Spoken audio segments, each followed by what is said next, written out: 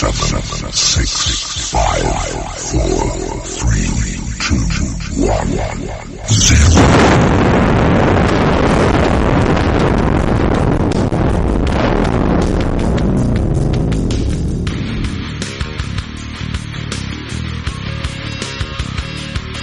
Ladies and gentlemen, it's Wrestling Wednesday right here at the Beyond Ringside Radio Networks on To Be Determined show. We are coming live tonight, ladies and gentlemen. We have a packed show for you. First of all, I just want to say, a rest in peace. Just found out that Chris Kelly from Criss Cross died. Horrible, terrible. I used to wear my clothes backwards when I was like 9, 10 years old listening to Criss Cross. So terrible, terrible news. Sorry to hear of his passing, but to keep this on an upper note, we're going to go straight into what everyone likes to know as the shout-outs. Hey, ladies and gentlemen, it is the one and only former NWA Women's World Champion, Tasha Simone. Tosh, how you doing tonight, sis? I am doing just so peachy. Sell the waist walk and work the crowd, dudes. And from across the pond, the land of Merlin, the land of knights and emeralds and beheadings and crucifixions, it is Mad Dog Matt Denton. Matt, how you doing tonight? I'm feeling crucifixion-y. And I'm short of $5. Fuck. and from hot Atlanta, by way of every bail bondsman known to man, his Dog the Bounty Hunter's favorite internet meme, Corey Smarkrage. Corey, how you doing tonight? Doing great. Looking forward to have all our guests on tonight.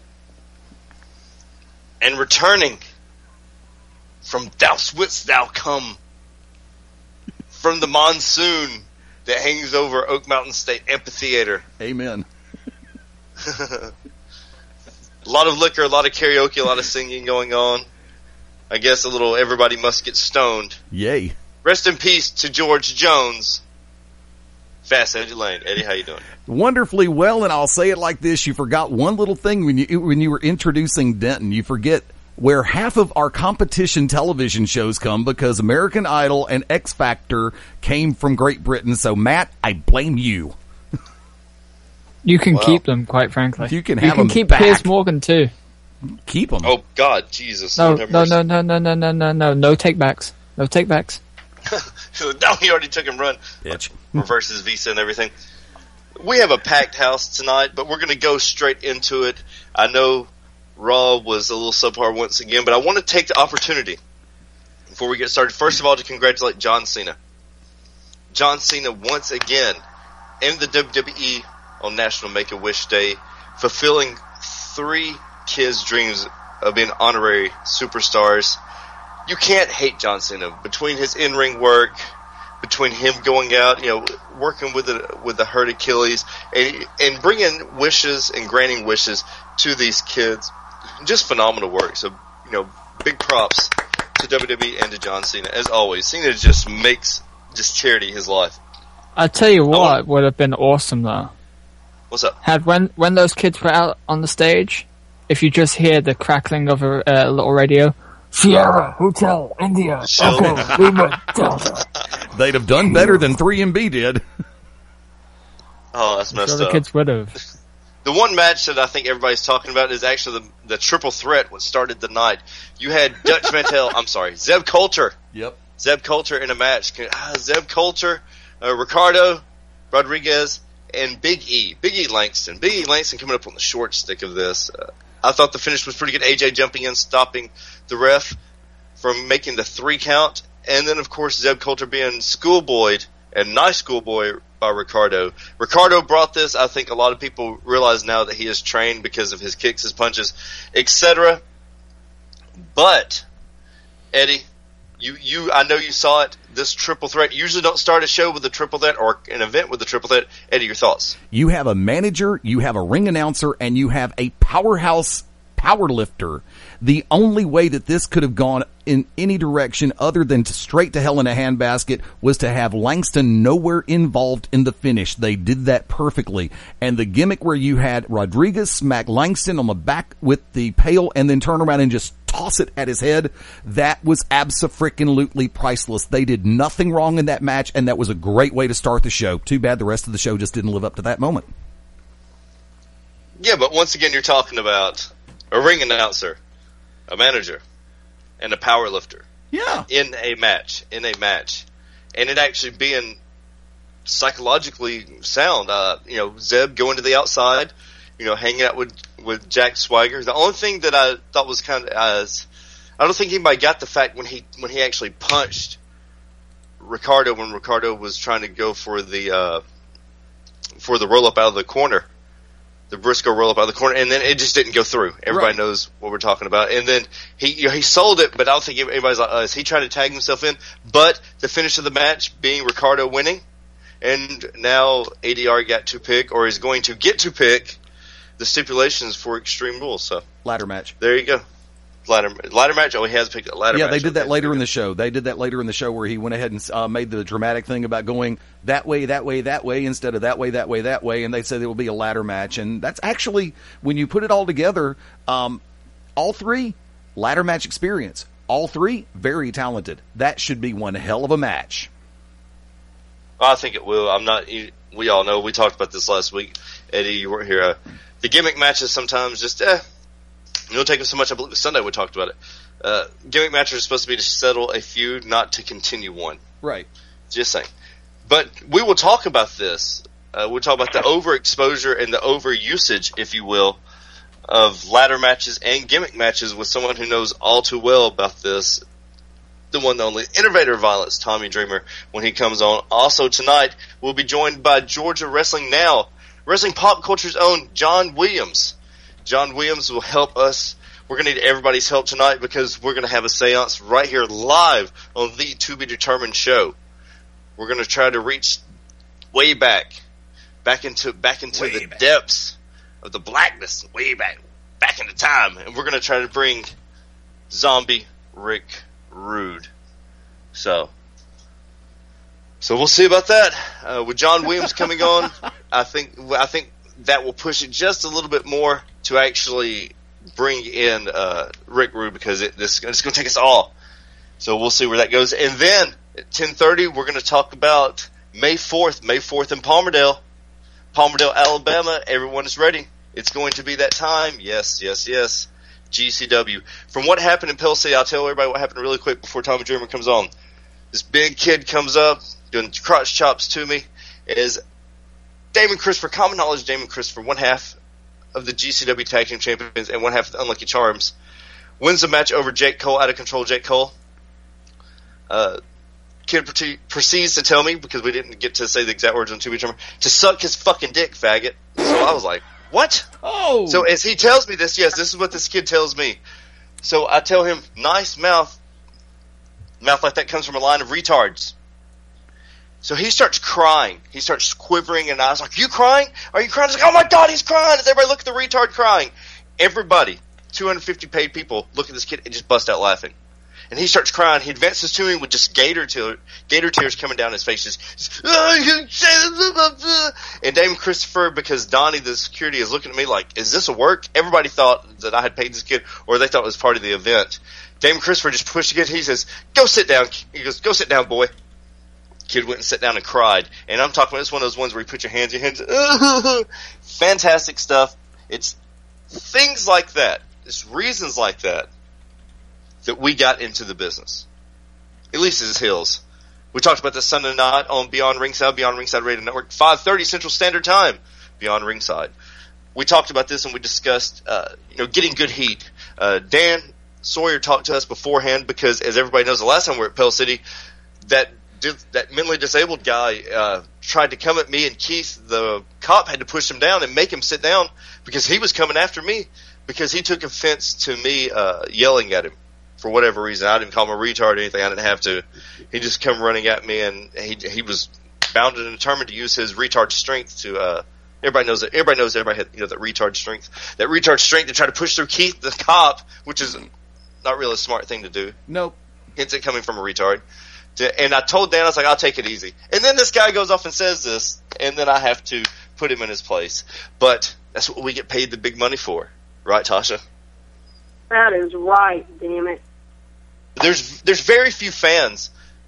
I will give Corey this. Besides the one time Corey's like, slap me to get some heat. Corey's pretty good about getting heat and then being on the heels, making sure that the fans are interactive, because sometimes we've all been to those where the matches are just boring, where you're just like Hey, let me stop you there, Wicked Nemesis. Just as a segue, that is something I'm going to be talking about on my Smarks Rage tonight. Is, fans being fans at wrestling shows. It should be good Smarks Rage. But that's the thing is, some fans don't understand that they claim to be quote unquote smart marks, but yet when you start to work them, they grab the ball and come home. Eddie knows about what happened at ACW when I was booking there. Yep. Those quote unquote, they named them, or Eddie named them like a dipshit. Eddie named them blah blah blah blah. So then they took and ran with it and started bringing out all these different gimmicks and stuff. And then they tried to say, "Oh well, we were like that in Europe." No. I didn't. The problem was that you have to reel in fans like that. You can't let them be a part of the event.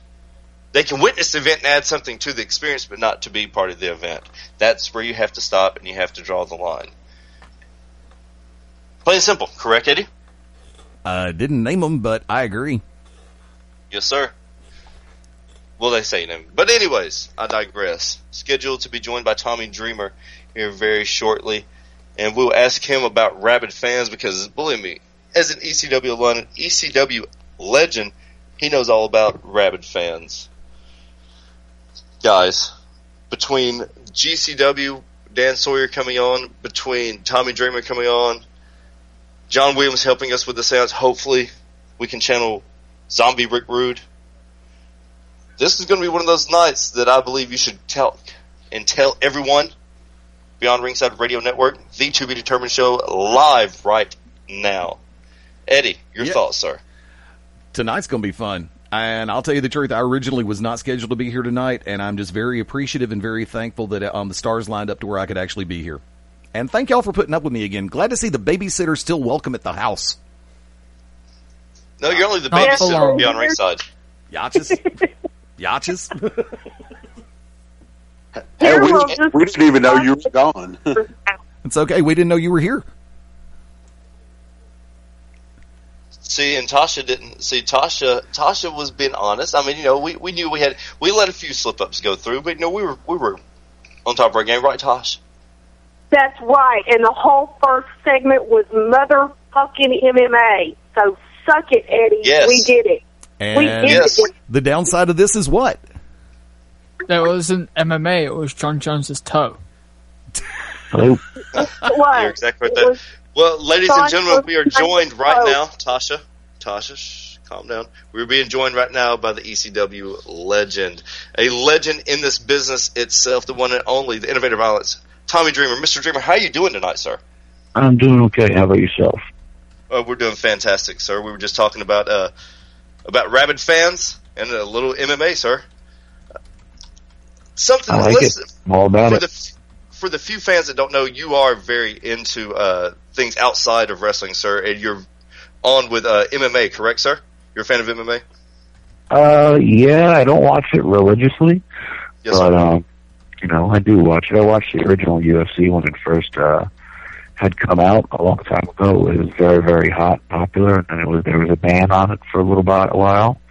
Actually, being a part of ECW, we were trying to be thrown into that lump of banned stuff because we had the title Extreme in front of us, and we had to pretty much, tell them we're not like UFC. But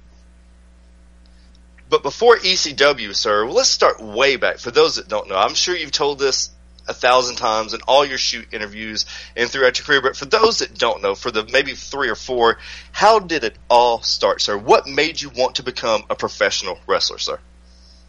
Just the first time I ever seen it on TV. And I was hooked when I was 9 years old and happy to have a blessed long career. But as someone who has seen the quote-unquote heyday of the late 90s, and to be a part of that, to be on the forefront and push the extreme, the alternative, maybe the ultraviolet also as well, how do you feel about that because, there really wasn't much of that. I mean, there were a few guys who wrestled that style, but it wasn't very prevalent. And as somebody who brought it such to the forefront, does that make you feel that maybe you were like the old guys that started, the transition, the old school wrestlers that started transition into it being more entertainment, sir? It was, again, right place, right time, and it was, with the business end of it, a lot of wrestling shows at the time were all character-driven in the sense of they were, they had the garbage man, or everyone had a gimmick. And, we just were more, we went the old school violent route, and kind of what, wrestling was and used to be that. People from the Memphis and Nashville area, they remember old school Memphis and, USWA and all that stuff. And it was, it was wrestling and it was, crazy, and that's kind of what we did. And, it was an amazing time. What was it like to be trained by the infamous, if you will, Johnny Rods, sir, somebody who is a pinnacle of trainers? Johnny was an amazing trainer. He was an amazing in-ring athlete. He was actually the only man I've ever seen walk all four corners of the ring ropes. I've seen him also do it in a boxing ring, and like the Undertaker style, but he doesn't hold on to your wrist. He could just walk them. He was amazing balance. He was a tough man, and he trained myself and a lot of guys the right way. A lot of guys don't get trained the right way, and he was as old school as can be, and I got beat up for 2 days a week. What was it like your first match, sir? I mean, what was going through your mind? Did you feel that you were ready? Were you apprehensive? Were you nervous? Oh, I was very, very excited. Again, this is all I've ever wanted to do, and, I was, it was a great feeling to accomplish it. Now, as someone who I think is mostly associated, I mean, no offense, sir, I mean, you have wrestled in every promotion you've been, WWE, every Japan, everywhere, but you're mostly associated with ECW, sir. What was it like at that time? Was it really like the Wild Wild West, as it seems to be portrayed by many of your counterparts, sir? Oh yeah, it was. It was. We lived the life of rock stars, and it was great. There's everything. The myths, the legends. They're all pretty much true. It was a great time. At the time, we don't realize it, but we would change the wrestling business. So it was. I see it now. I'm at a different stage of my life, and you hear like how it touched people's lives and all that stuff. And, every time I wrestle, people still chant it without a doubt. As soon as I walk out, I chant it because they remembered it, as being the best. So, they represent it, and I appreciate it. It'll be my legacy, and I'm proud of it. So you have no qualms with them every single where in the world you go. I guarantee if you go to the outback of Australia, they chant ECW. You see no problems with that, sir. I was just wrestled 3 shows this past weekend in the United Kingdom, and every time I go out, it's first Tommy, and then it's ECW. No, not at all. What has been what was the moment, sir, whenever you looked around and you said to yourself, I've made it. I am a professional wrestler, sir? Was it a moment? Was it a match? Yeah, I don't even know. Well, maybe when I got an action figure, I thought I made it, as well as being in a video game. Now, the action figure, those ECW action figures actually sold rather well. How do you feel about the merchandise that was sold through ECW? Because it was everywhere. There was even bootleg ECW merchandise at times. How do you feel about that, sir, being able to sell that much merchandise? Great. We were the little engine that could, and we started off slow and watched the company build. I was a big part of it, and it was great. Now, the Singapore cane match, I think, is the one when everybody, even the most casual fan, really took notice of you, sir. If you will, was there any apprehensiveness leading up to that match, sir, or was it just like I'm all in because of what happened in Singapore at that time, sir? I'm all in on every one of my matches, so it was just another one of those crazy type of matches, and I suffered the consequences of losing it and got caned, but again, it helped make me, the wrestler I am and made my career. Is there one moment in wrestling that you can look at that you can say, this is my favorite? Is it a match? Is it maybe a certain time after a match? No, I get asked that question all the time. I mean, again, I'm living my dream and still happy to be doing it. And, this is all I've ever wanted to do. And I love wrestling. I hope I had a great time in the UK last week, and I hope I have a great time, in Cookville on Saturday. Matt Ditton, you're on with Tommy Dreamer, sir. You know what? Right now, I only have really one question to ask. I suppose you remember the segment on Raw where you sang "Wind Beneath My Ring" to Stone Cold Steve Austin. Right. In your circle of wrestlers who are around you, who was the worst singer? I don't remember. I don't even remember who was in the ring. Sorry. Fair enough. Eddie, you're on with Tommy Dreamer.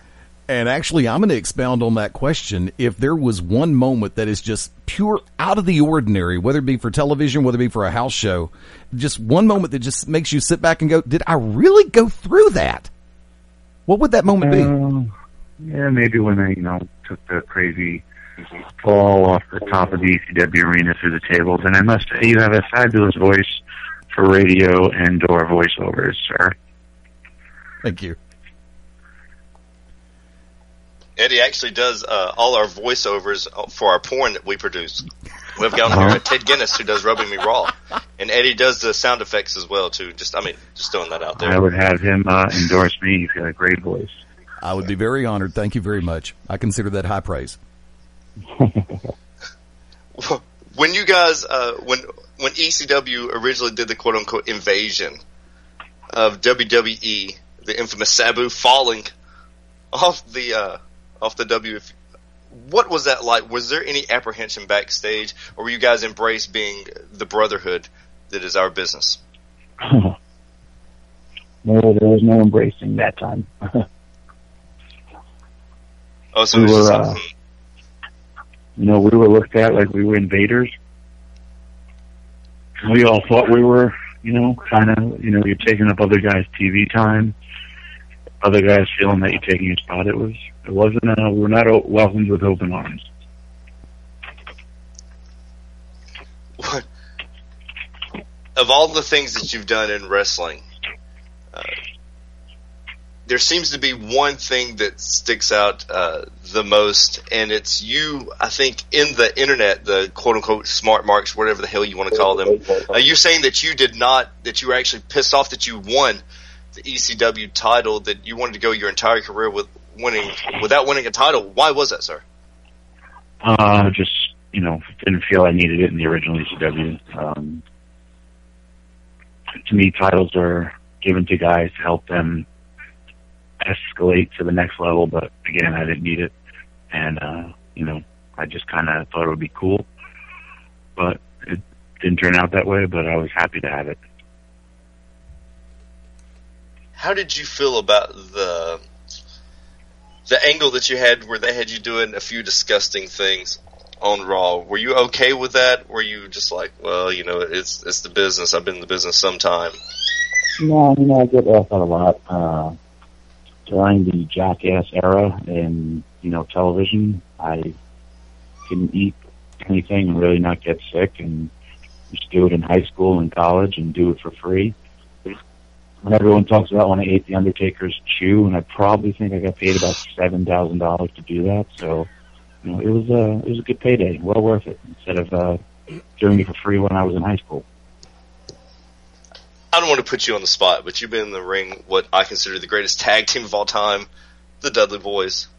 The Dudleys, when they started out, they were a comedy gimmick, if you will, I guess so, a comedy gimmick. Do you consider that to be one of the biggest transitions, besides yourself being the quote-unquote pretty boy to the Innovator of Violence? Do you think that the Dudleys to what they've become even now? Well, no. I mean, they totally changed their characters. Now Bubba really stepped up as a singles heel. I'm pretty much responsible for putting the two of them. I gave them both their first break in the business, and as well as, initially putting them together as a tag team with Taz and myself. So, very, very proud of their success and knew from day one that they would be stars. What is the one thing that you look for when you see someone? I mean, because there's so many people that get into our business. What's the one thing that you look for when seeing you're like, that kid's going to make it, that kid may not make it? Is it, I mean, I know there's intangibles, I know there's the charisma, the it factor, but is there one thing? Is it height? Is it build? Is it determination? Overall in-ring skill at first is what stands out to me. So automatically their ring work is the first thing that stands out, then you worry about everything else. Correct. Is there somebody that you see now on TV that you enjoy to watch? I enjoy watching. I watch everything. I'm really happy for. I was going to say I hired a lot of guys who were, on WWE or in TNA when I worked behind the scenes, and I still kind of watch them and happy for their success. I really like Dolph Ziggler. Happy for him. I'm still a huge fan of Rey Mysterio. I just really enjoyed his work. And AJ Styles, The Undertaker. I'm still a fan then, and I hope I always will be. Who was your favorite growing up? Was there one person that you looked to that's like, hey, well, obviously Terry Funk, but besides Funk, sir? Actually, I hated Terry Funk. That's a bit of a job that he did. I was a huge, I liked everybody, but I always cheered the good guys and booed the bad guys, and I was a huge American Dream Dusty Rhodes fan. What was it like when you got to meet Dusty? Because obviously, when we first get in the business, we start to work shows and work events with guys that we looked up to. What was your first thoughts? Were you just like, what an asshole? Or were you just, oh man, this guy's cool? I met him in ECW, and it was very, very humbling, and to see what a cool man he was, even behind the scenes. And we became great friends, and, I love the Dream. Matt Denton, you have a question. Matt Denton is an avid gamer, so he wants to ask you a question he has been dying to ask you. Matt, if you will, ask Mr. Dreamer. Actually, I've got two questions. One of which is Danny Doring in one of his shoot interviews said that you guys didn't take the ECW video game seriously. Have you got any funny stories from the making of the ECW video game? Yeah, no, we didn't. I mean, we did and we didn't. We knew it was kind of just a throw-in game because the ending was still from the WWE Attitude. But, I basically put my friends in the game as well as hidden characters, and just some of the stuff that our quotes and our taunts we did were a lot of private jokes for us and just to really entertain us. Oh, cool. Because I remember seeing Ron Buffon and Charlie was it Charlie Brizzies? Brizzies and Buffon anyway in there as jobbers and stuff. So that was pretty cool. Yeah. Second question is,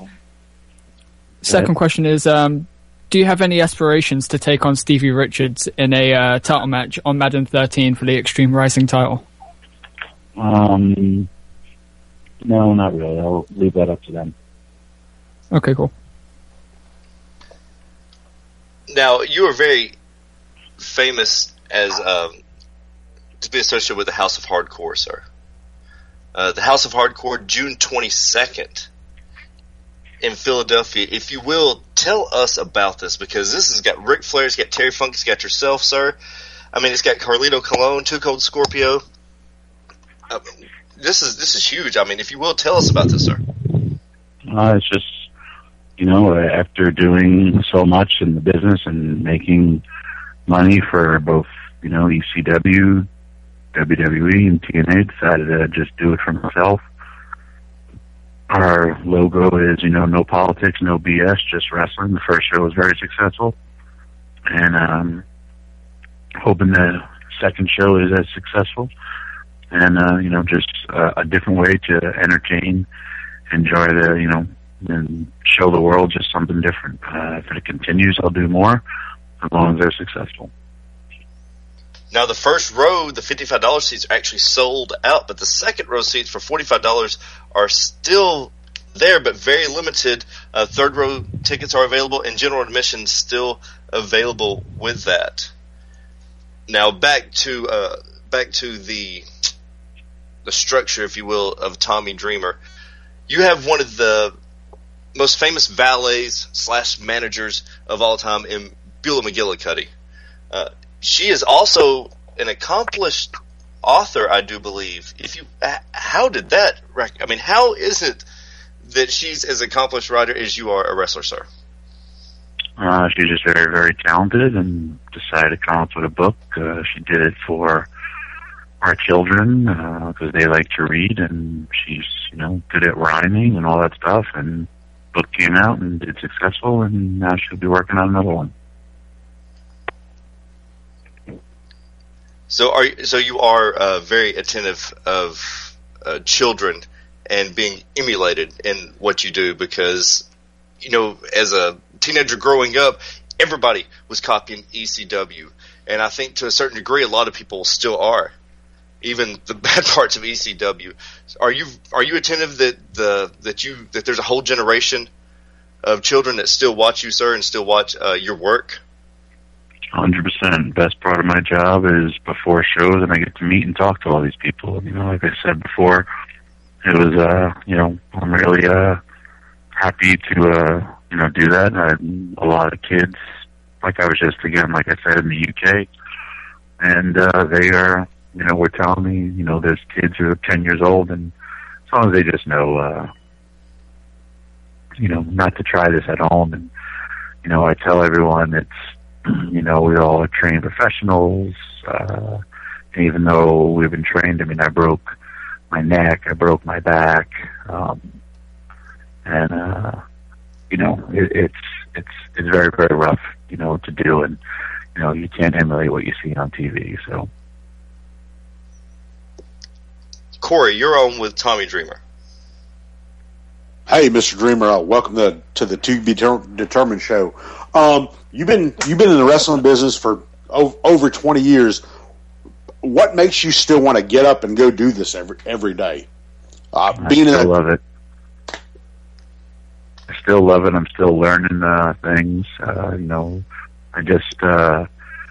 still a fan, and just like I said it before, I just had a great match in England. The travel was pretty crazy. I had I want to say it was technically 5 matches in 3 days, actually in 2 days, but the last day I had to do an autograph convention.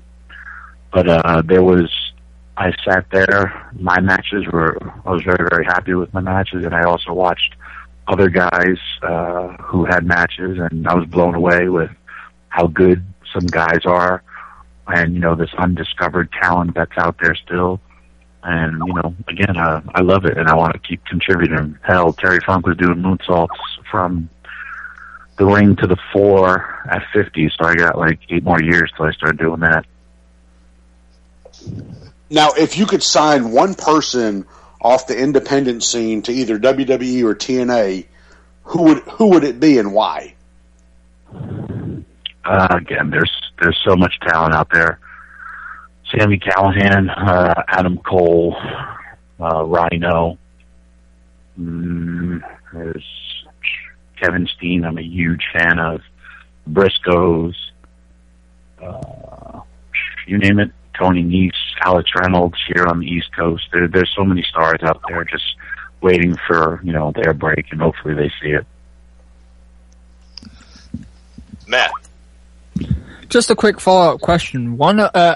If you could pick one star that you're currently booking for House of Hardcore to go on for bigger and better things in either TNA or WWE, who would it be? Myself. No. Good idea. Without hesitation, I can answer that. Again, man, you know, there's, from my first show, I want to say there's 4 people who got looked at, and I believe 3 have gotten contracts and are just waiting to report to NXT.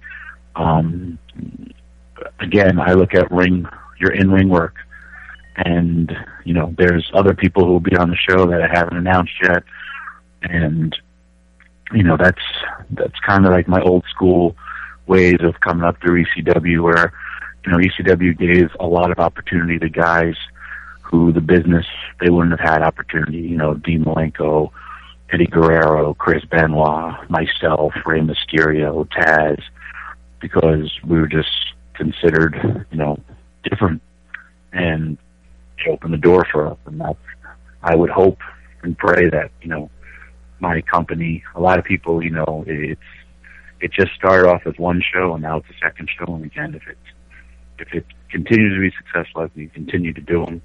But, you know, I like to view people for their talents in the ring, and just like what the fans like to view, you know, because sadly wrestling business is based upon who in charge, if they like you, and not based upon talent.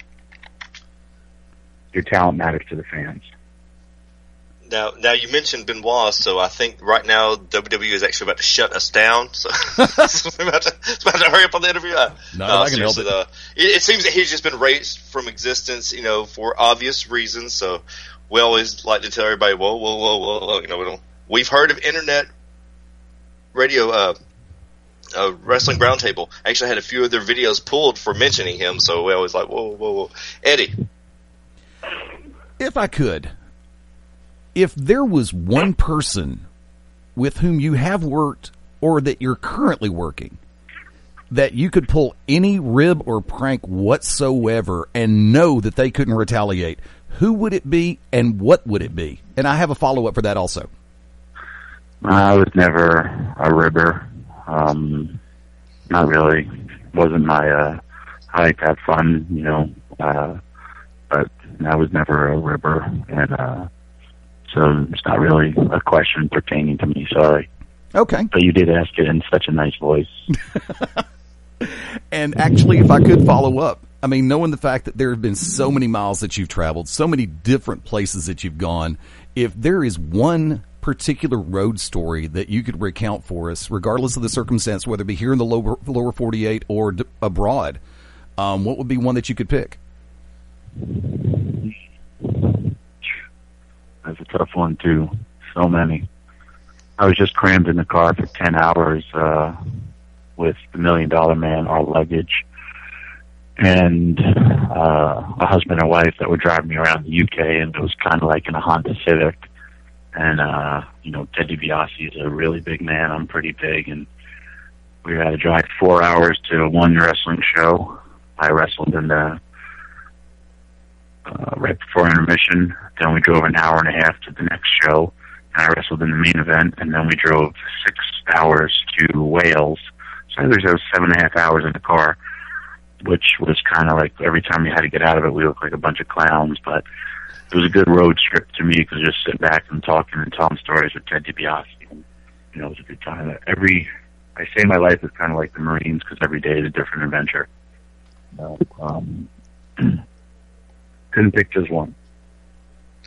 Well, who was the worst person to be on road trips with? I mean, we all know Tasha, myself. We have people that we're just like, look, you're going to ride in another car. You're not riding with us. Is there one person that you're just like, hell no, do not get in this car? No. Sorry. I enjoy everybody.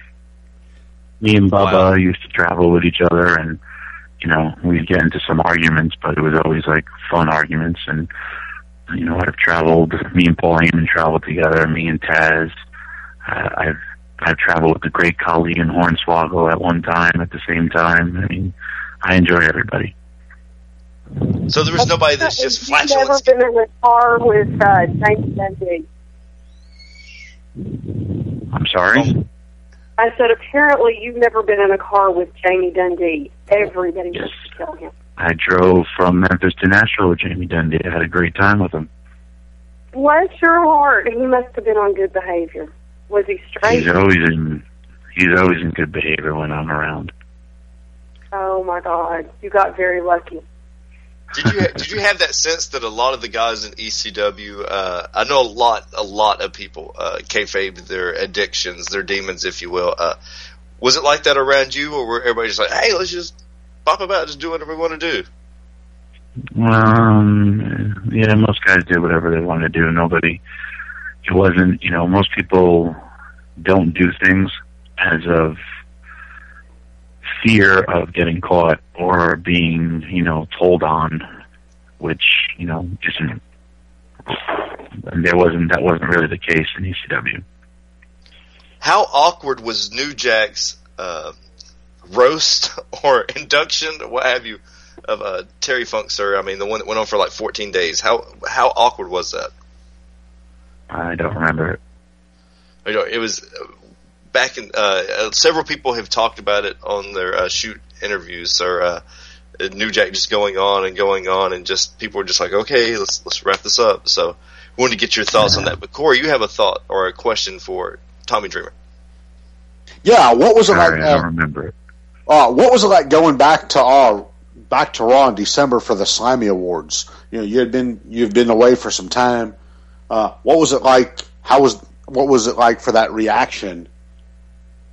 It was great. The wrestling fans are the best. I remember everything, and I had a great time. I really enjoyed the match, and I had a great time. I was happy to be back.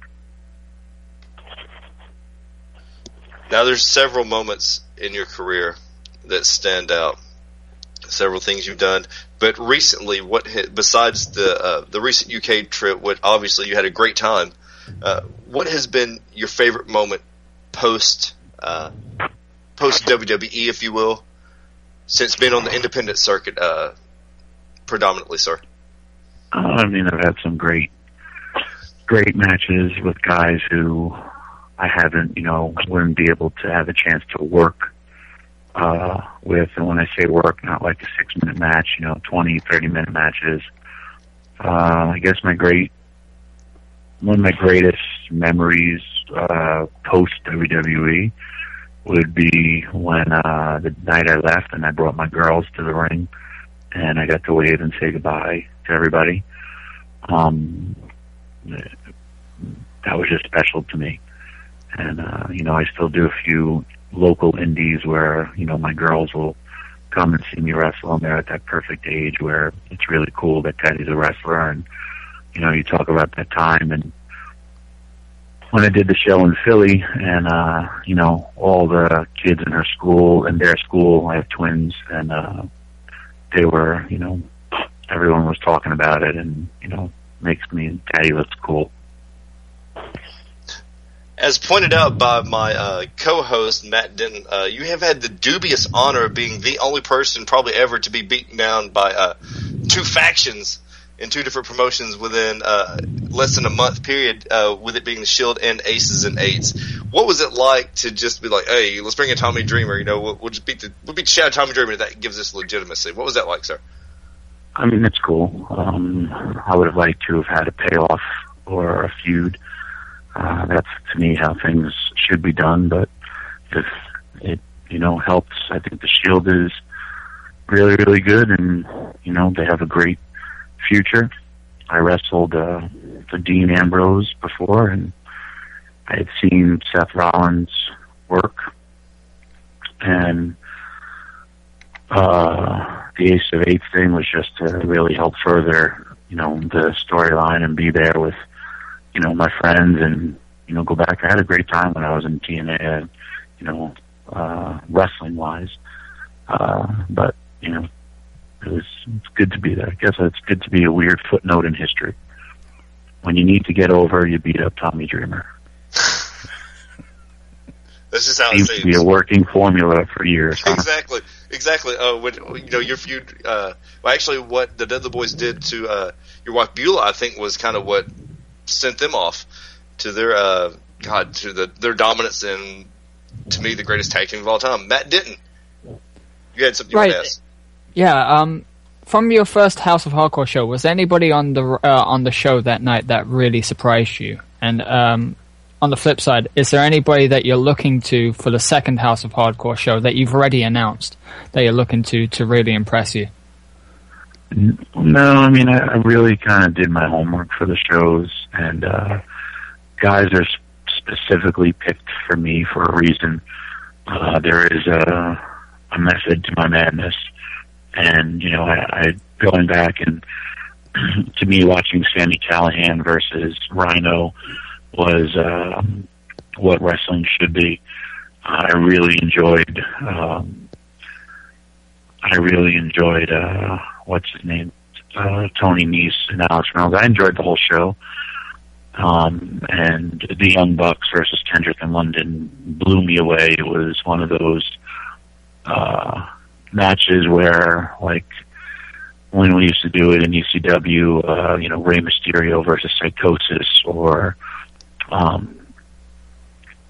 the Guerrero Malenko classics, the Kendrick London Young Bucks match was that type of classic, and that's why I'm doing the rematch. And, you know, because I would take, if I had a regular, you know, television show and everything, I would take that, be a main feud, and take that around the world, because it's just that good. Those guys went out there and, you know, to me, stole the show. We're going to open up the phone lines the last 10 minutes of the interview to 205-316-9900 if you would like to call in these last few minutes and talk to Mr. Dreamer before we let him go about and make even more money. Eddie, you had a question, sir. Actually, yes. A small two-parter, if I could, please. In this day and age, as the internet itself has evolved, as they would say, social media, starting with MySpace, then we're actually starting with AOL, then moving to MySpace, now Facebook, Twitter, LinkedIn, all the others. We've become so accessible in the world and in the sport of professional wrestling. At what point, in your opinion, do we become too accessible on the internet? I would guess I would like to say, like, with spoilers, or, you know, when you read, oh, this guy's backstage. I'm never a fan of that, and reason why, to me, I like to open up Christmas gifts on Christmas, not, you know, Christmas Eve. And when you read about all those spoilers or all that stuff, that is, you know, to me, that we used to do that all the time, and, you know, shock the fans. And there's very little shock value. Like with myself, when I showed up on Raw, I was told, don't tell anybody, and I didn't. Some of my, you know, close friends that still work in WWE were like, what the hell are you doing here? And, you know, nobody knew I was there. And that's the way it should be, and that's the reaction. It should be, you know, a gift. It should be what it's supposed to be, a surprise. I'll never forget some of the most amazing moments that I witnessed live when, like, you know, Terry Gordy came to ECW, or Steve Dr. with Death Williams, when, you know, or when we do lights on, lights off, and there would be Sabu in the ring. It's a lot harder to do with, you know, with social media now, because, you know, someone report, hey, I saw this guy at the airport, or hey, Sabu's there. You know, to me, just let it happen organically, and just let it. There's nothing wrong with being a fan. Go there and sit and enjoy it. If you think about it, if I don't know what sports you guys watch, if you know, someone told you tonight the Yankees were going to beat the Astros by a score of 5-4, would you watch the game? To me, I wouldn't. I'd rather just sit and watch it. And, you know, I think with social media, that does hurt that aspect of it. We have a Skype caller online. M. David Power, what is your question for Tommy Dreamer?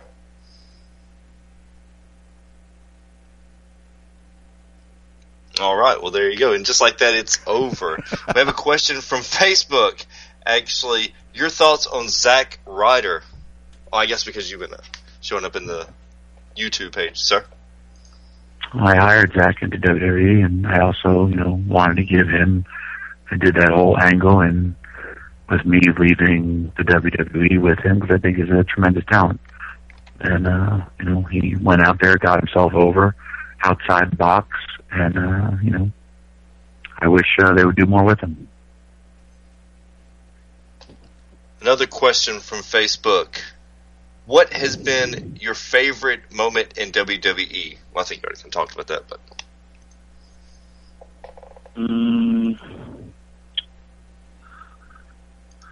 One Night Stand in 2005. I wrote that whole pay-per-view. I agented the whole show. It was all very successful to me, and it was, again, great team effort, and it was kind of where a lot of the ECW guys got to show how great we truly were, and I was very, very happy for everybody. It was a great team effort. It was a hell of a show. Of course, when I won the title, because all that was real, I was, really going to leave, and there was a lot of behind-the-scenes stuff, and I just kind of wanted to prove that, I still had it. This is actually a good question. I actually want to know this myself, too. Did you ever get to talk or associate with Lance Staley or Jerry Cantrell about using Man in the Box as your entrance? Absolutely not. Everything we did was illegal. Well, what about the ECW CD? Because the ECW CD was awesome. You guys had Rob Zombie, quite a few people in there. How about that? How was the reaction to that, you guys? Look, we have merchandise and we have a CD. I actually wanted to change my ring music to The Zoo by Bruce Dickinson from Iron Maiden from that. I think it's one of the best heavy metal songs that never gets any recognition. It was on the ECW CD. And it's one of my favorite songs, but, Paul was like, "You're a Tommy Dreamer, you have to come out to Man in the Box." But towards the end, once we were on national television, we used to get cease and desist letters all the time for, like, Enter the Sandman, all that stuff. But Paul was like, my dad's a lawyer, send it to him. And he would just throw them out. So everything we did was illegal. That is so weird, because I don't know if I could really see you with anything besides Man in the Box. I mean, there are just some songs that are always associated. I think most people associate that song with you. I had no fucking idea who Alice in Chains was until I heard him on ECW. I'll be perfectly honest with you. Huge Alice in Chains fan now, but I think that ECW in a lot of ways brought the hip-hop, the rock crowd, all together in one. Do you feel that there will ever be another fan base like that, if you will, just that momentum, just that fire and that heat and that exuberance that they gave towards you guys? Will that ever be duplicated, do you think? No. I wish it could be, but no. Now you got me on YouTube trying to find Bruce Dickinson, The Zoo. I got it straight from the ECW CD. I love it. I'll listen to that once this is over. And then I'll go to bed because I'm pretty tired. We have a fan that wanted to relay a message to you, sir. The gentleman that tried to Skype in, he said he just wanted to let you know that he was a huge fan of yours and inspiration as a wrestler and a human being. Thanks for keeping the memory of Louis Spicoli alive. Best wishes, sir. Bless you, your family, and good luck with everything in your future. That's from M. David Power. Louis Spicoli. Very nice. He was a big friend of mine. He passed away way too young, and, he had the Spicoli driver, which then became the Death Valley driver. And then I gave it to John Cena, and he's been much more successful than me and Louis would ever been with our finishes. So, it still lives on today. Yeah, when Louis passed, because Louis had just, made the transition. Do you think that did anybody ever get to bury the hatchet with Louis because of the way everything happened to ECW, how there was kind of bad blood him leaving?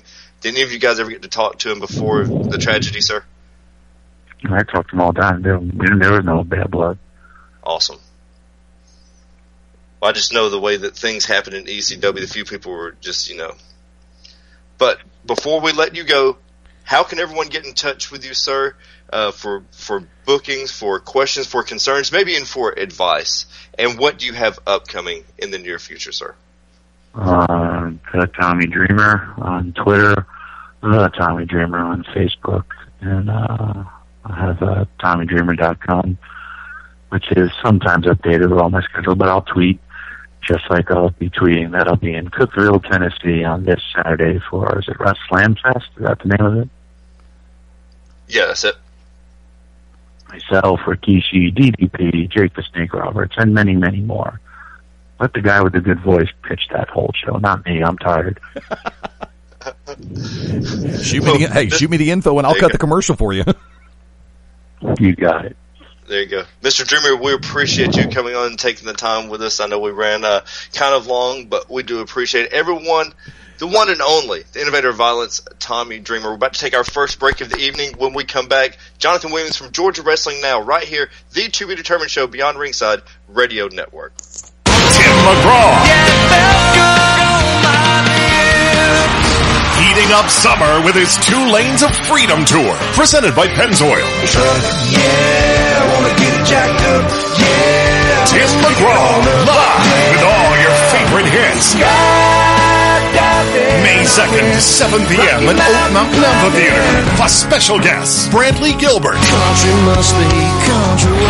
And Love and Theft. Get access to preferred tickets with your city card. Reserve seat tickets are on sale now. Buy tickets at livenation.com or call 800-745-3000. Tim McGraw with special guests, Brantley Gilbert. And Love and Theft. One of those nights you will never forget. New album, 2 Lanes of Freedom, available everywhere. May 2nd, Oak Mountain Amphitheater, part of the Coca-Cola Star Series. Buy tickets at livenation.com. When planning your next party or special event, insist on the best. Full Range Entertainment is a professional entertainment company providing a full range of services. From professional disc jockeys and MCs to catering and photography, when the details of your special day must be perfect, call us first. Wedding receptions, corporate parties, school functions, birthday celebrations, and more. We also have Birmingham's largest selection of karaoke tracks available. With over 40 years combined experience, Full Range Entertainment can provide you with the talent and professionalism you need and deserve to make your next event one you'll never forget.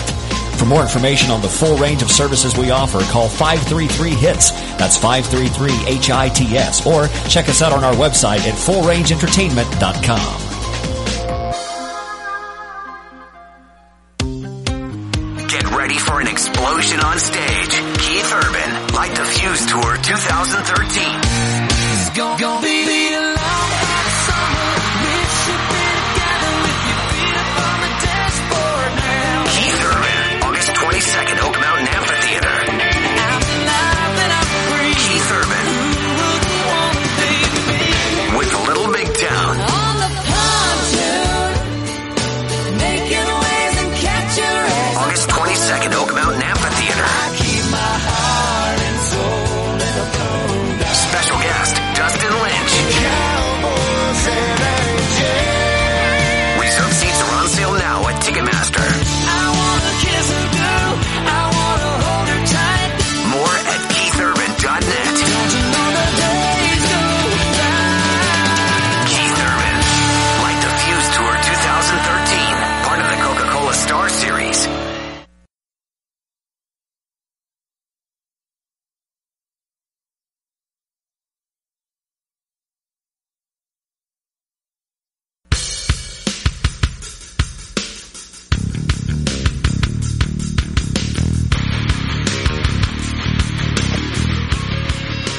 We'd like to say thank you to ECW legend, to the wrestling icon, cult icon, if you will, Tommy Dreamer, for taking an abundant amount of time to spend with us to talk about his career, past, present, and future. Right now, we are joined by Georgia Wrestling Now and Wrestling with Pop Culture's own Jonathan Williams. Jonathan, how you doing tonight, sir? Doing all right. I just left the Laughing Skull Lounge, where Matt Sexcells attempted to be funny once again. He seems to get the most laughs when he takes his pants off, because he works his wrestling gimmick into his act now. Hey, go with what you know. So big shout out to Matt Sexcells. But we're actually bringing you on for a deeper, darker meaning tonight. You're here to help us, the To Be Determined Show cast, if you will, with a little seance. So, Eddie, John, Tasha, you guys ready? Sure.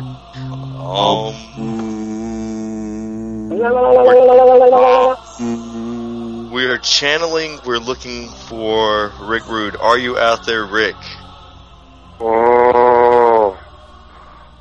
I'd like to have May 11th and 12th at the Atlanta RPQ Festival for Monstrosity Championship Wrestling is for all you out-of-shape Alabama assholes, all you overweight Georgia jerk-offs, to keep the noise down while I take off my robe and let your redneck women feast their eyes on what a real dead, sexy corpse is supposed to look like. Hit the music. Oh, there's no music. There's the music.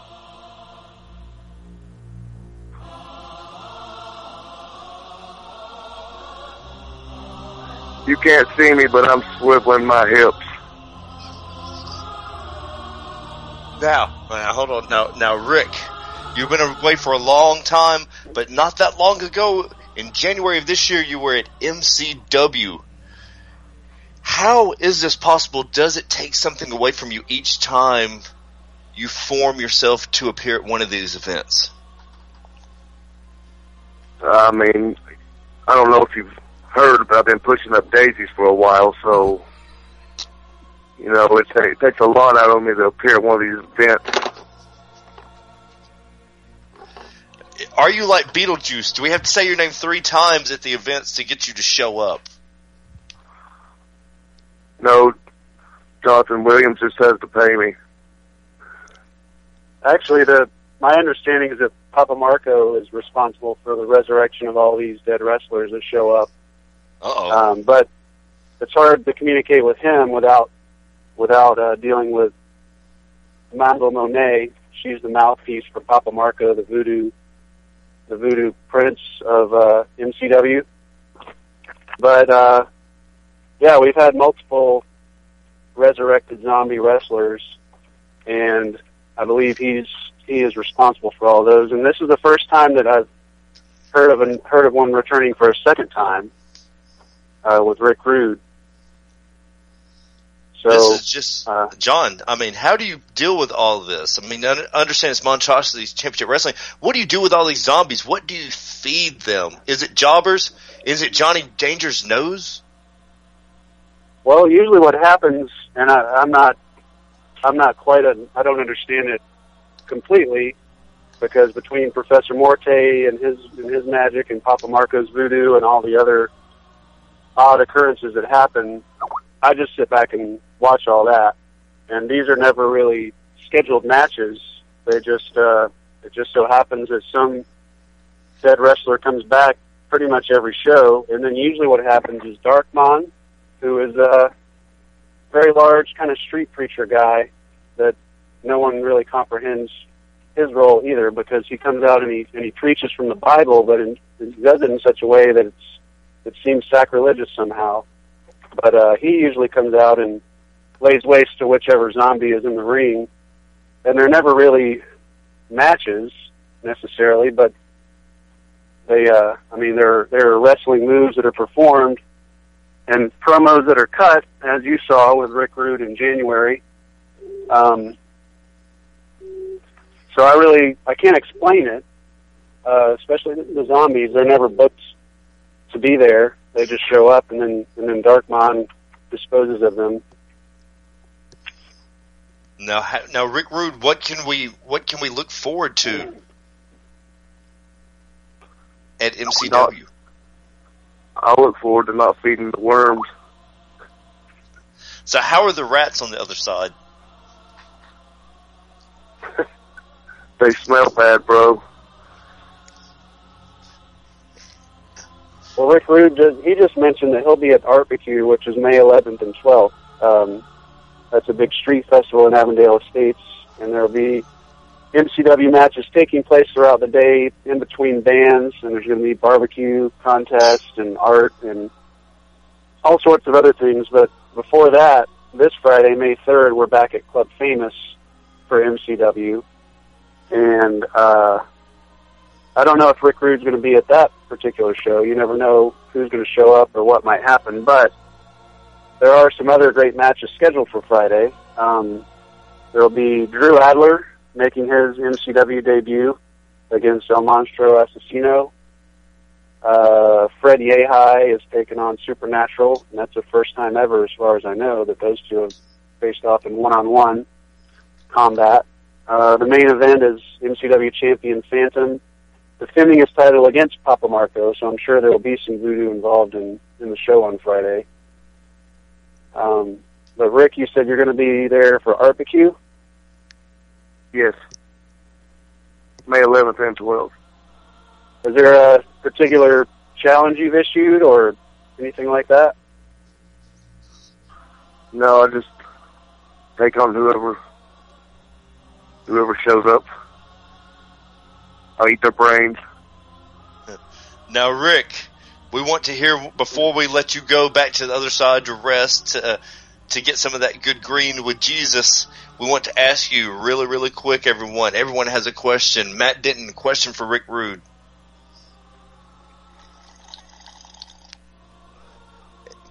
And just like that, Matt Denton is speechless. Eddie. Oh, dude. Questions, Dude. Matt, go ahead. I did write in the Skype that I was gonna go pee. Yes, he did. Oh my God, you got to watch out for that, Eddie. I would like questions, comments, or concerns for Zombie Rick Rude. I would like to ask Zombie Rick Rude right now, in the afterlife, what is it like taking on the ghost of the Ultimate Warrior's career?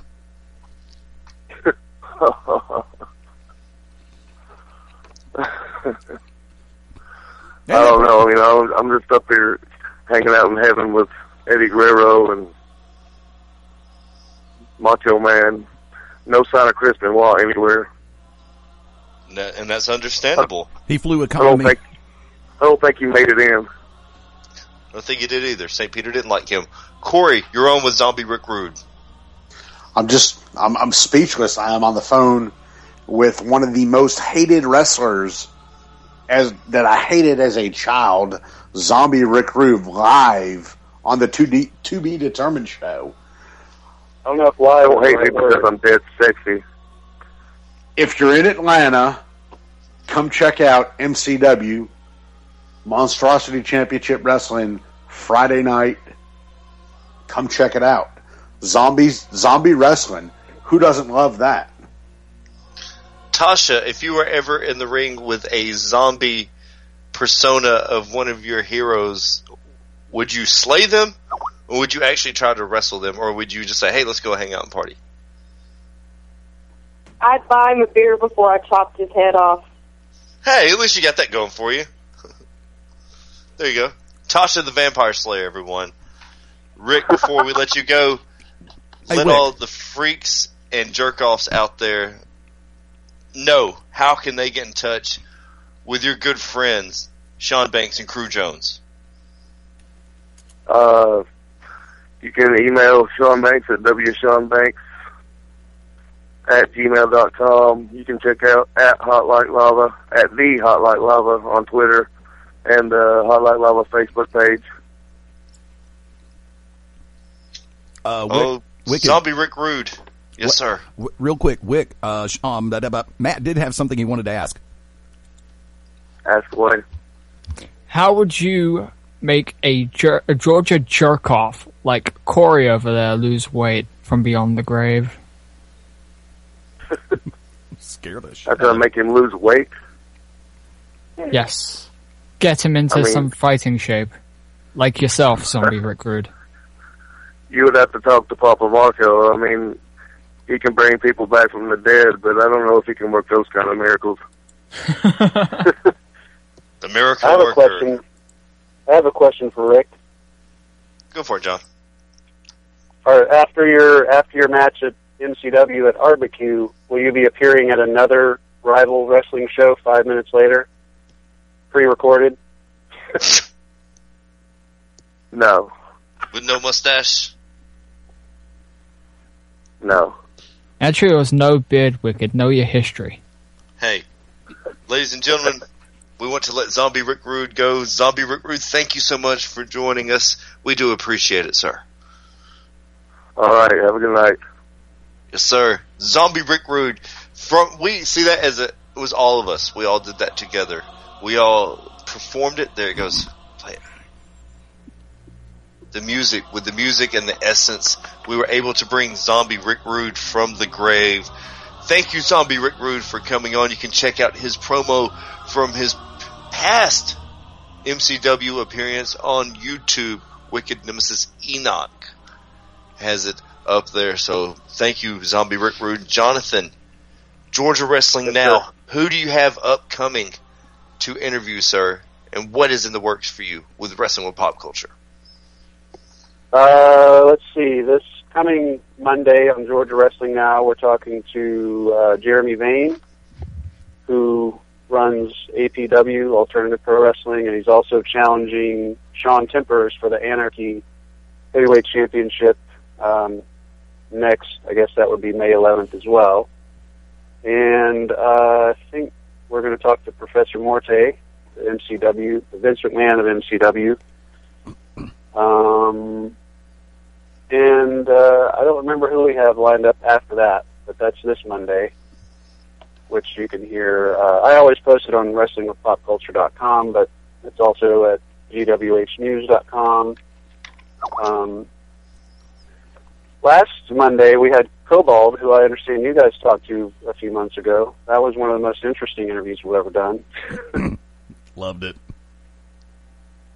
With Wrestling with Pop Culture, I interviewed Mickey James, which I'll probably post tomorrow. She has a CD. Her second country Southern Rock CD comes out next Tuesday. So we talked about that, as well as her recent shot at the Knockouts title last Thursday, and just other stuff, which you can read when I post it. Lots of other stuff. I interviewed the guy, I think his name is Art Schamberger or something. Have you seen his artwork? He's like painting all of the world champions from WWE, TNA, WCW. I interviewed him before WrestleCon, and apparently on his way to WrestleCon, he was in a car accident that destroyed all of his paintings, so I need to follow up with him and find out what's going on. If he's still doing that project. Who else have I interviewed? I interviewed Jeff Clayton from Anti-Scene, who will be on tour in May, so that'll be posted soon. That's all I can think of right now. I've got plenty of other stuff, but... Eddie. Hey, Jonathan, the next time you have the opportunity to speak with Zombie Rick Rude, would you please ask a question in my behalf? Sure. Which reality TV star would Zombie Rick Rude have the most trouble digesting? Oh, that's easy. Khloe Kardashian. Any Kardashian. Honey Boo Boo. Yeah, Honey Boo Boo she is hard to digest. It's not too easy on that. I'm a big... I think her last name was Hutt, actually, but... As in Jabba the? Yes, sir. Thank you. But, John, how can everyone get in touch with you, and how can everyone get in touch with Wrestling with Pop Culture and MCW, sir? Well, we're still working on an MCW website, so that'll be up hopefully by the time we do our next show. Well, we've got a lot of shows coming up, actually. We've got this Friday at Club Famous, where we do events the first Friday of every other month. So the next one after that at Club Famous is July 5th. And in between then, we've got Arbecue, which you can go to artbqe.com to find out which bands are playing and everything. Then June 2nd, we're doing a similar event at the Starlight Drive-In on Moreland Avenue called the Rock and Roll Monster Bash, where MCW actually was part of it last year, and it's a similar thing. There's bands during the day, so there'll be wrestling in between bands, and then at night they show old monster movies, and I think they're still confirming which monster movies they're going to have. And then in October, we're going to be at Fright Fest at Six Flags every Saturday and Sunday, so that'll be a pretty big deal. But to answer your question, WrestlingWithPopCulture.com has a contact page, which goes directly to me if you email. On Twitter, I am at Wrestle Pop Culture, CULTR. There's a Monstrosity Championship Wrestling Facebook page, as well as a Wrestling with Pop Culture Facebook page. I think that's it. My email is jw@wrestlingwithpopculture.com. Okay, Jonathan, well, we appreciate it, and we look forward to this Monday. What time is it again for Georgia Wrestling Now? Georgia Wrestling Now airs 7 p.m. Eastern, 7 to 8 p.m., so it comes on right before Raw. We try to wrap it up around 8, but sometimes we go over a little bit. And then it's archived, so if you miss it live, you can listen to it and download it.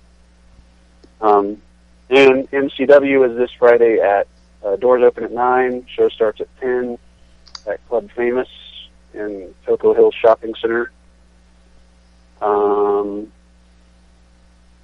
Yeah, that's it, I guess. Well, Jonathan, we appreciate you coming on and helping out with that seance to bring in Zombie Rick Rude. Georgia Wrestling Now's Jonathan Williams, everybody. Jonathan, thank you so much, man. We appreciate it. Yeah, thanks for having me. Yes, sir.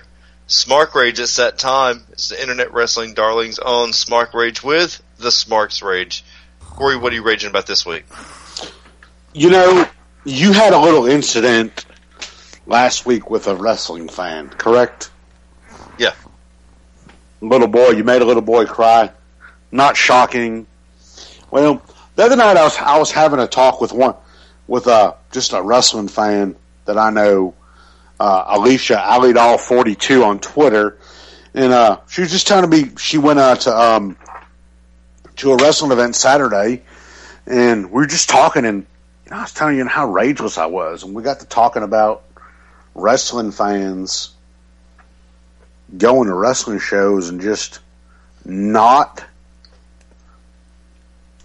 getting into wrestling.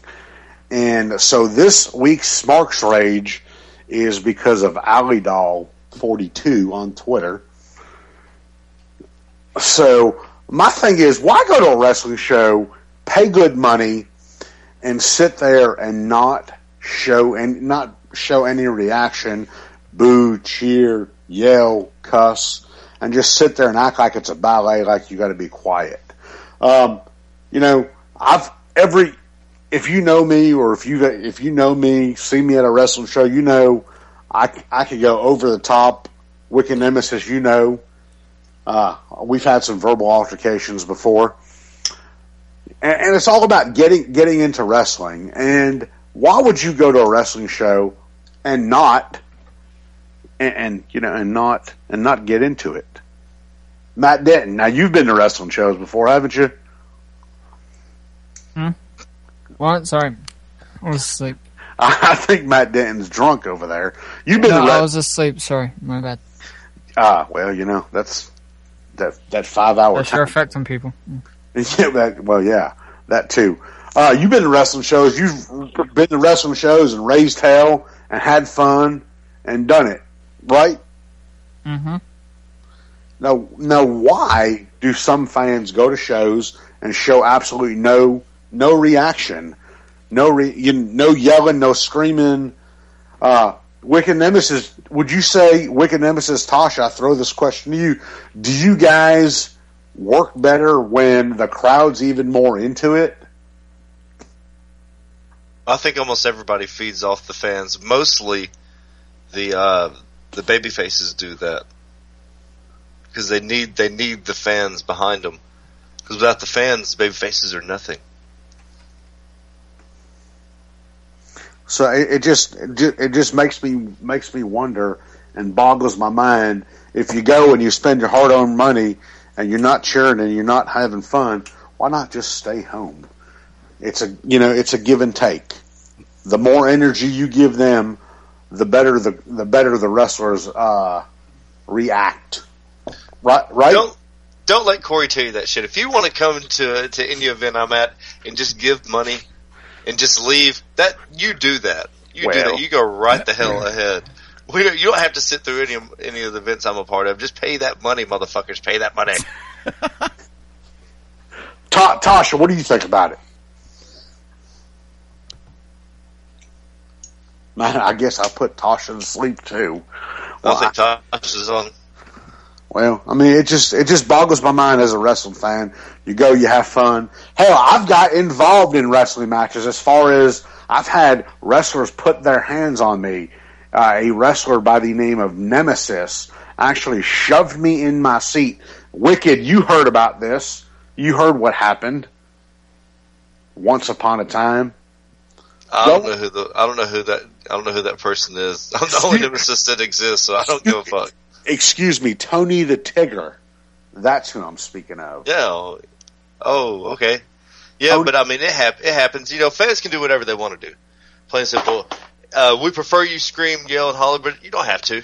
If you don't want to, oh well. Just pay the money. Pay the money so we can get paid. Wick, let me ask a question if I could while we have about 1 second. Yes, sir. You don't particularly pull for college football, do you? No, I like Alabama and North Carolina. Okay, so you're an Alabama fan.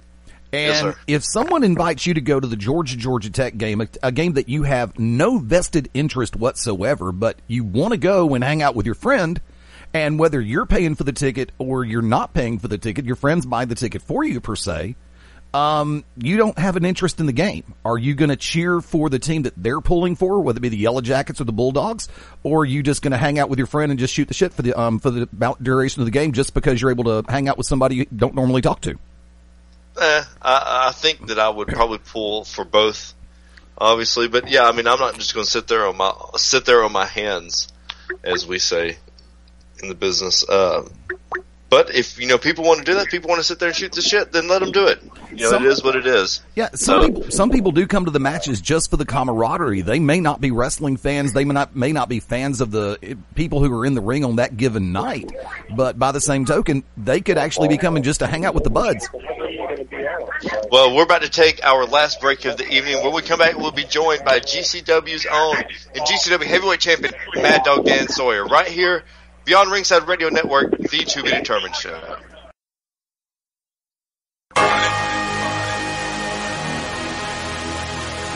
Yeah, Spiral, baby.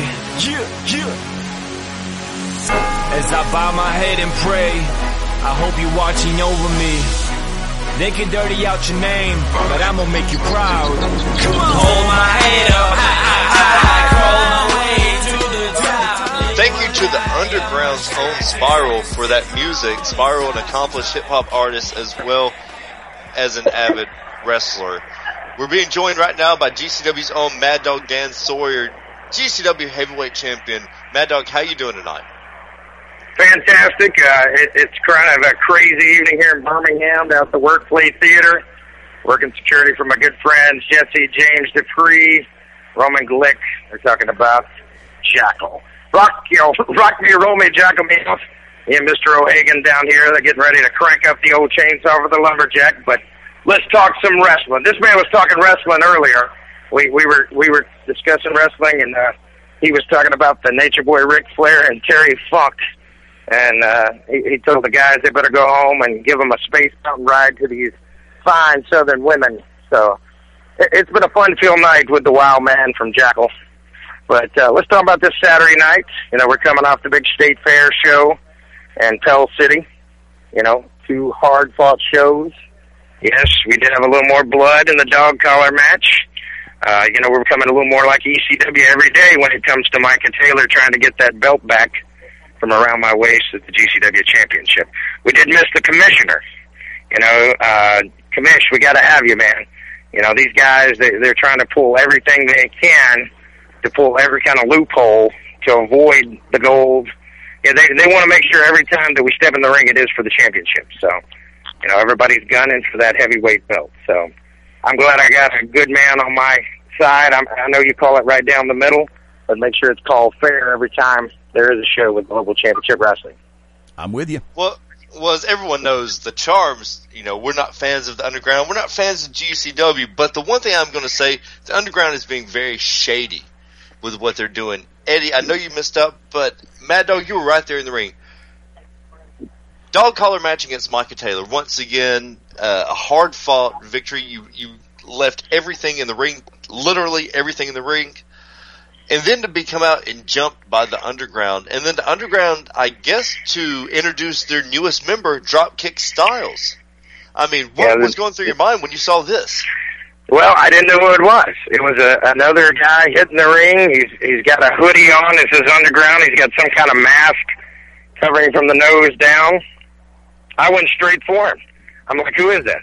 You know, who has just got in the ring and has joined up with the Underground? Is it going to be some new wrestler that we hadn't seen? Is it somebody from my past? And lo and behold, there's Steve Styles. And, you know, Steve's a heck of a talent, and, you know, hey, he wants to step up and take a shot at the gold this Saturday night in Palmerdale, Alabama. You know, I'm a fighting champion, so new sensation, bring your A game, buddy. I don't know how many times you've had shots at gold. I know he's been a champion several places in Georgia and a couple places in Tennessee, but this is Global Championship Wrestling, and, you know, you better lace those boots extra tight. And bring that drop kick. You know, it's not the first time I've ever been drop kicked. I've been drop kicked by every Armstrong that throws one. The only one I think that doesn't is Bullet Bob. So, you know, I've been hit with some. You know, he probably used to back in the '80s, maybe even in the early '90s. But you know, I've been trying to get my game up. I've been doing a little chain wrestling with O'Hagan. Been training at the Heroes MMA school and just trying to get the groundwork down because, you know, Micah Taylor was a national wrestling champion in Hawaii as well as the Carolinas growing up, and he wrestled in the Marines. So, you know, he wants to get it to the mat. So, you know, with my back injury and my knees, you know, that's not my favorite place to be, but I'm having to learn to get there. Well, after the Lumberjack match Friday night at the Oak Mountain State Amphitheater, which Jake Cole totally took control of, because he's out of control, Jake Cole. And then with the dog collar match Saturday night, how much of you is going to be left for this Saturday? Because let's get real. Dropkick Styles. Steve Styles, his moniker is Dropkick Styles.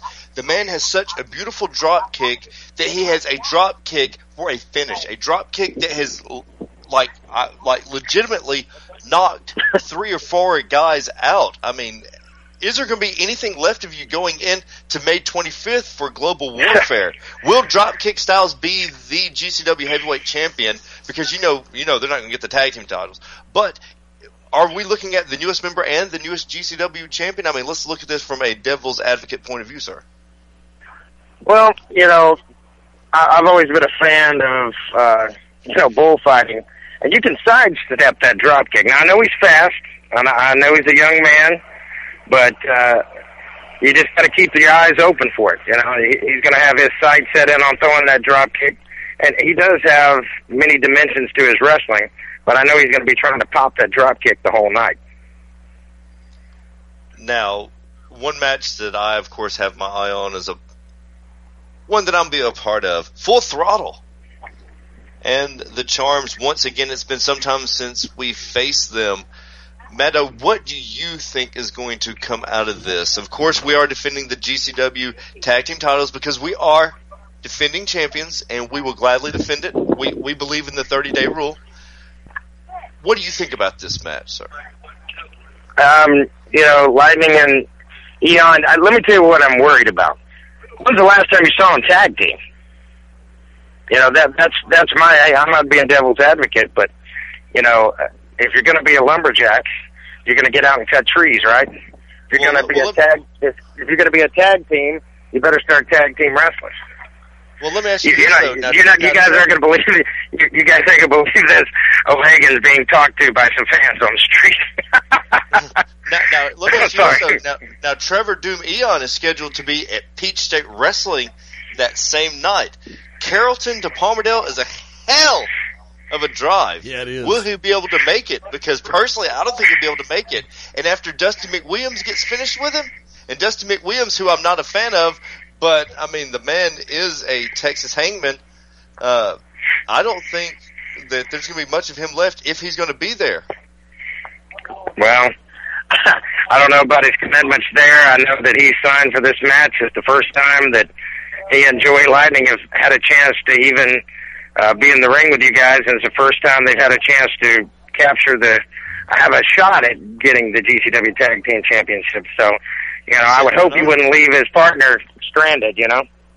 Because there's no way Joey Lightning can take on the Unlucky Charms. You know, it's going to be tough enough for both of them together, but much less a one-on, in a handicap match situation. Well, Hagen did it when Jake Cole was seriously injured, seriously sick, violently ill. Trevor Eon is not a 14, 15-year veteran as O'Hagan is. True. And, no disrespect to the young man. He is doing well in his young years. But O'Hagan, just like Knox, he's been known to throw down a little bit. And in the street, in a bar, a family reunion. Come on, the brother's Irish. These things happen. Well, I think that this is going to be a hell of a card. Also, we're going to whisper his name, Jake Cole. And O'Hagan against KCP. Is that what they're called? KCP? Yeah, the Killer Clown Posse. It's Xander Stone and Kuntz. Oh, I better watch out downtown. No, Xander Stone. Kuntz, Sean Kuntz. There you go. Put that first name there, buddy. Sir? Now it's going to be one of those. Now that's another tag match. Jake Cole. Oh my God! You said it. It's fucking like Candyman. You say that, something bad's going to happen. Hey, I've got to check. I got to check my post here. I'm going to hand you the phone to O'Hagan, and we're kind of getting a dirty look by the venue manager. I will be right back in just a second. If you guys have to go, I look forward to seeing everybody this Saturday. Only $10, Palmerdale Community Center, 7:30 bell time. Come out and support Global Championship Wrestling and independent wrestling at its finest. And hey, unlike some promotions that didn't bring money to cover and then are going to bitch and moan about it's somebody else's fault for. Here's the thing. Those guys that double-shotted, Rick Steiner, Johnny Swinger, they were told by the promoter, I don't even know who the promoter was, but the guy that was booking the show, that they should do both. And, if it's feasible to do that, that's okay. But you got to, clear it through the promoter. And, this is wrestling. Don't be hot, because we were going to draw 200 people no matter who we had on the card. As long as GCW is on the moniker as Underground, as long as Unlucky Charms, Foster, O'Connor, we can go on for days. O'Hagan, Wicked Nemesis, Fast Eddie Lane. It's a team package. It is a team package. It's a big package too. But come on out and see it. We're not just tooting our horn, guys. It is great. It is very good. But we had 378. I don't know how other shows did that night, but when we run our shows, except for the school ones, they pop up randomly, but. Just come on out and support us. We got May 10th at Tarrant High School, and then May 17th at Leeds High School. But I'm going to pass you to O'Hagan, and I will see you guys soon. Thank you very much for the time on To Be Determined. Here's Mr. O'Hagan. Yes, sir. Thank you.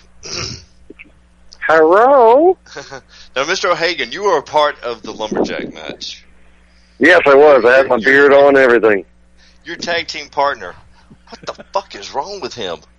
What is he on? Don't say his name out loud because he may show up and break shit, but for real. I think he had about 15 Nas energy drinks before he went through the curtain. About to say, how many Red Bulls did you give him? He broke the door with a headbutt Saturday night. Yeah. The only person I've ever seen do that besides him was Orion Bishop, my brother. And he headbutted the door right before he come out against Damon Christopher and broke the door with a headbutt. Yeah. That's he's out of control. Shh! Don't say his name. I didn't. I just said out of control. Yeah, but he hears that. He's like a fucking blue tick hound. Oh? Now you guys have KCP this Saturday. Yes. Kuntz and Xander. You guys are going to face them also in global warfare.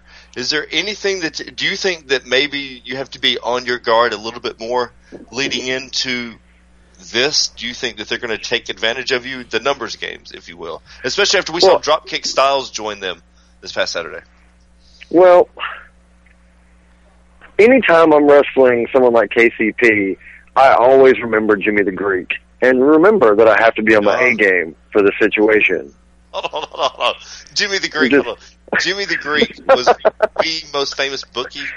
If you want, he wasn't a bookie. He was an odds maker. He was an odds maker. Thank you, an odds maker. Him and Danny Sheridan, of all time, got in a little bit of trouble. Went out and just a little kind of flamed out. He stated a lot of scientific facts, and that apparently was bad at the time. Yes, it was. God. So, but I take him into consideration. I'm like, you know what? I might need to watch out. But, so I take that into consideration, and anytime you wrestle KCP, I mean, I've been beating KCP up for over a year now, back when I was part of the Irish Brotherhood, and, it's almost become second nature that when I see them, I'm just like, I'm going to punch you in the face and knock you out and beat you. So, I'm pretty used to beating them. Don't have a whole lot of experience with that partner coming up. I won't say his name because we don't want him to pop up and break a door. But what's his nickname?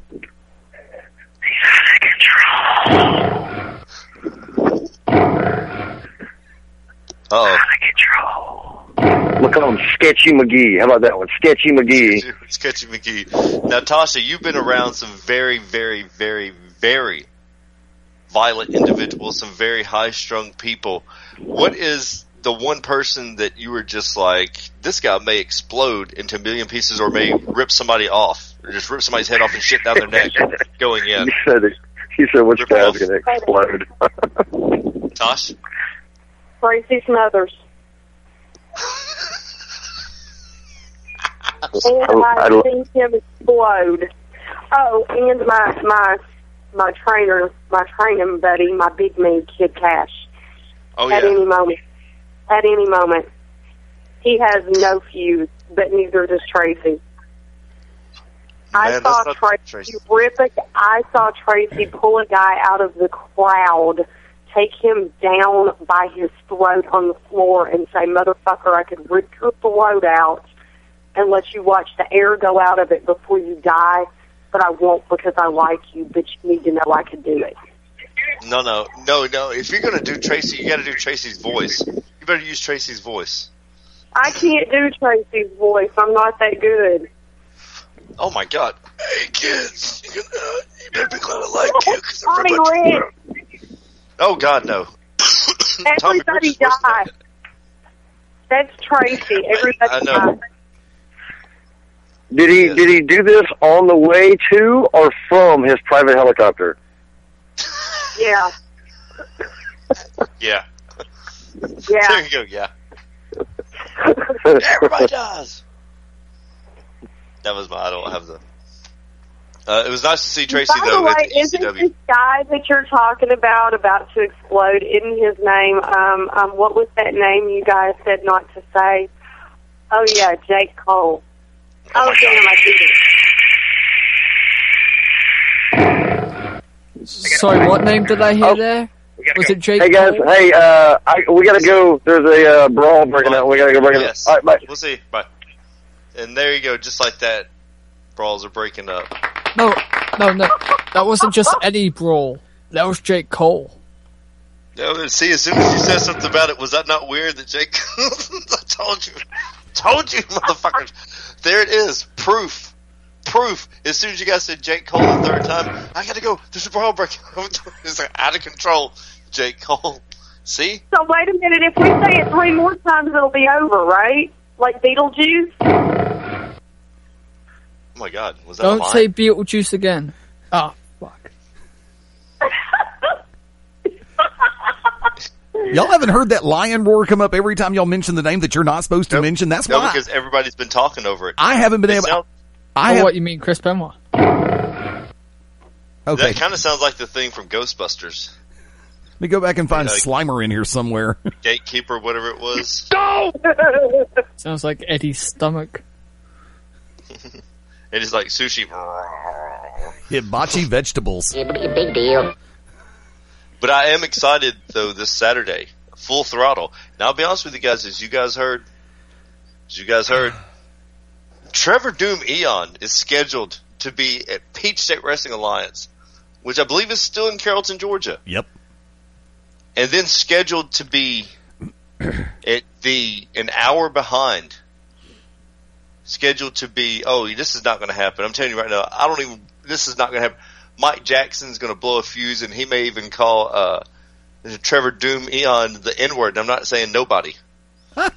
because that's Mike Jackson. This ain't going to happen. I'm telling you right now.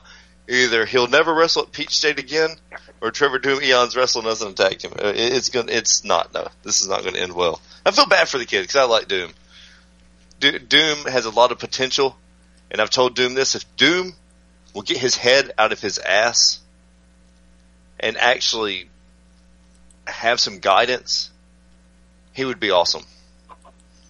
But he can't. He'd rather talk about being an atheist and Dragon Ball Z instead of using his talent. Tasha, you know somebody like that? You know somebody that you're just like, you motherfucker, get your shit together, and you'll fucking be somebody. You'll make somebody money, and you'll make money. You know anybody like that, Tosh? I've known several people like that, but most of them, it doesn't have anything to do with them wanting to play around in the back. It has to do with their extracurricular chemical activities that will keep them from anywhere. No, that's not Doom. Doom is just goofy. Yeah, there you go. Yeah. Goofy. Yeah, great talent, but he'd rather talk to you about Dragon Ball Z. Go, oh man, have you heard about the new Dragon Ball Z coming out? Or you know, like that would never happen. He's a huge nerd, which I'm cool with, but he needs guidance, and I've told him that. I like Trevor though. 3 out of the 4 of us on this show right now are nerds. He might be somebody who really doesn't want to go past the indie level. There are people like that. Oh my god. I don't. We used to have a host like that. I'm happy being. I'm like, I don't know. I don't understand that. That is incomprehensible. Matt, would you like to work G4 if they ever had a London section, or if they're still in existence? Because they're dead. They're dead. Okay, well there you They're go.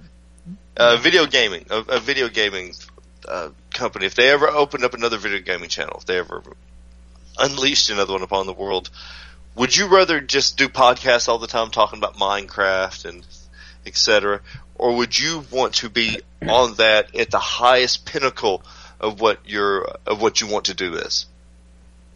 To be honest, it depends on the situation. Like, if I was stifled and was paid off by big companies to tell you people what they want you to hear, then probably I'd stick with podcasting.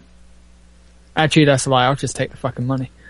Of course you would. As somebody who doesn't get paid for jack shit, of course you would. Fuck that. I'm taking the $75,000 a year to be like, Kane and Lynch 14. Was a great game. Fuck Jeff Gertzman.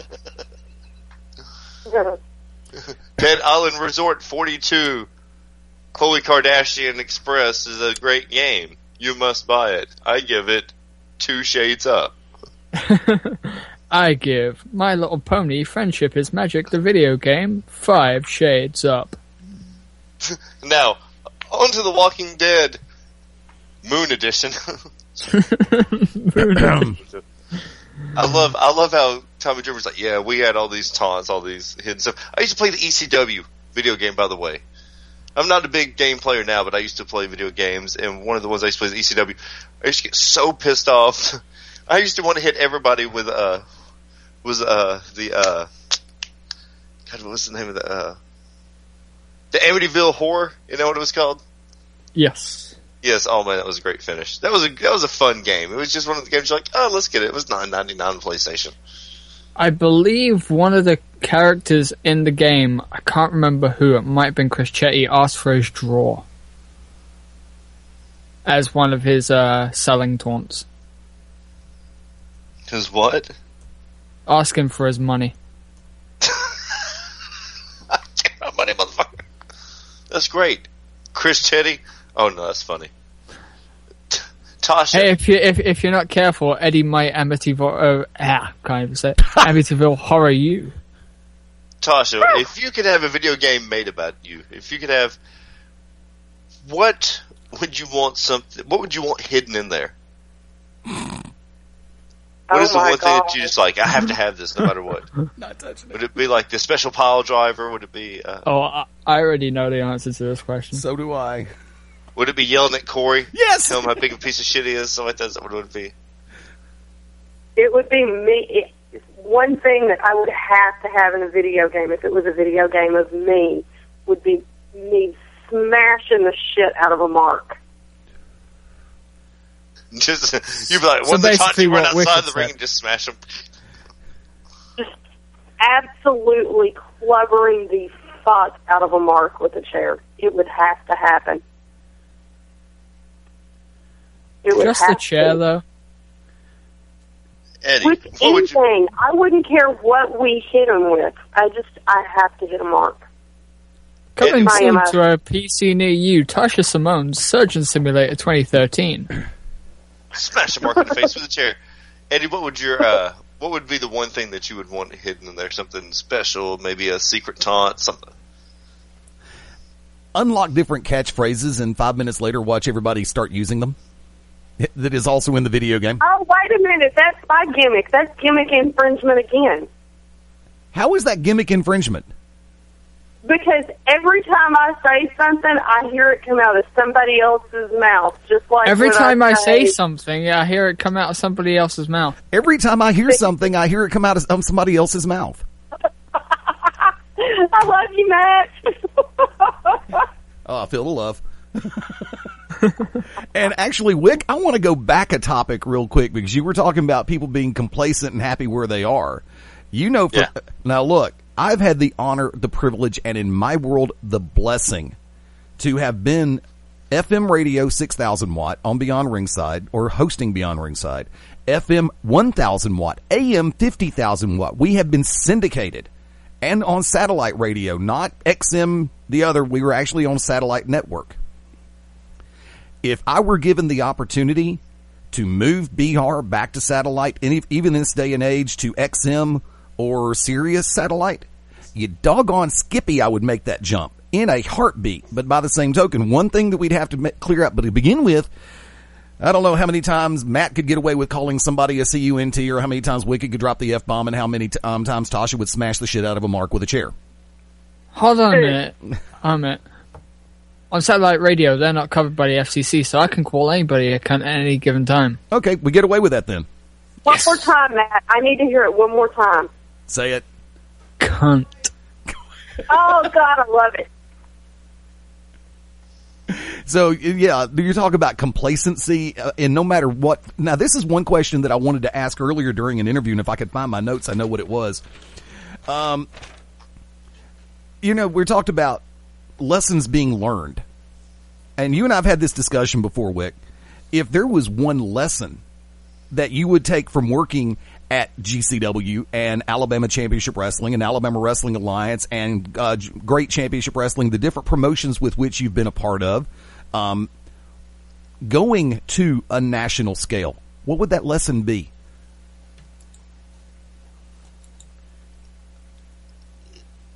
Oh, I have no idea. I'm sorry. I was answering questions through Facebook. Some people, I guess, missed out on the... People are like, is the Tommy Dreamer interview? I was like, dude, that was a long time ago. Missed that interview by a little bit, but guess what? We'll have it on...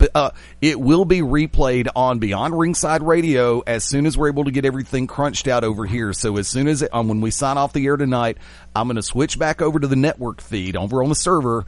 I'll go ahead and crunch everything out, and it will be on the Beyond Ringside Radio, and I'll reset the server just before midnight Central. Wicked Nemesis, he's going to kill me for saying this, but he just had his own image moment. Yeah, but I was actually answering questions. I wasn't like not paying attention. People were hitting me up on Facebook asking me about this. I was like, that was over a long time ago. How long ago? 2 hours ago. In the words of Ted Guinness, welcome to the conversation. Lord have mercy. I do apologize. I know that we start off. We have Central Standard Time. We book a lot of people from the East Coast. We book some people from the West Coast. When Caesar Black calls in, it's usually like 6:30 in the afternoon for him, or in the evening for him. So we do apologize, but we're not confined to just London. We're not confined to just the Southeast. We're not confined to the Northeast. We try to have a wide array, and I'm sorry for those, but as Eddie said, it will be back up very soon. Eddie, I'm sorry, your question. I apologize. The question I want to I know that you are happy, and you've said that you wouldn't want to feel like a sellout or change anything and go to Vince McMahon, which I'm fine with that.